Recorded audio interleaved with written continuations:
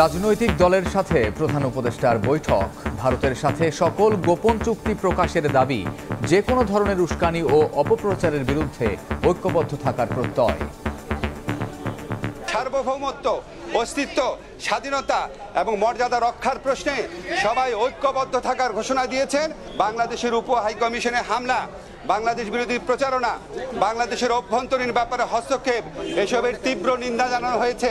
ভারতীয় আগ্রাসনের বিরুদ্ধে উত্তাল রাজপথ। কথা হবে চোখে চোখ রেখে, সম্পর্ক হবে ন্যায্যতার।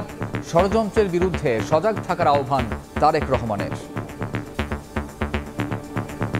আমার বাংলাদেশের যেখানে যেখানে আপনারা আঘাত করবেন, সেখানে থেকেই আমরা যুদ্ধ ঘোষণা করব। কোনো ষড়যন্ত্রকেই সফল হতে দেওয়া যাবে না, কারণ আমরা যদি এবার ব্যর্থ হই, বাংলাদেশ আর কখনোই ঘুরে দাঁড়াতে পারবে না। এখানে অনেক ষড়যন্ত্র চলছে এবং অনেক অদৃশ্য শক্তি আপনার বিরুদ্ধে কাজ করছে।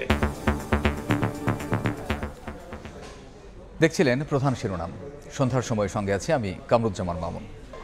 এবার অন্যান্য শীর্ষ সংবাদ।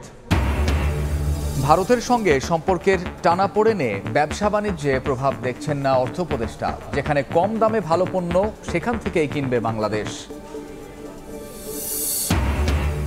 নির্বাচন ব্যবস্থা সংস্কার কমিশনের সুপারিশ 1 মাসের মধ্যে।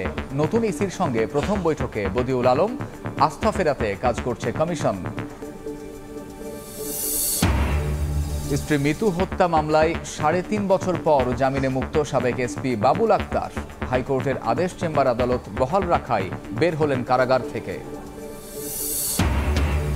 এবং করতোয়ার বুকে ইকোনমিক জোন বিনোদন পার্ক, এনজিওর দখলদারিত্বে বদলে গেছে নদীর গতিপথ। সব জেনেও নির্বিকার বগুড়ার প্রশাসন।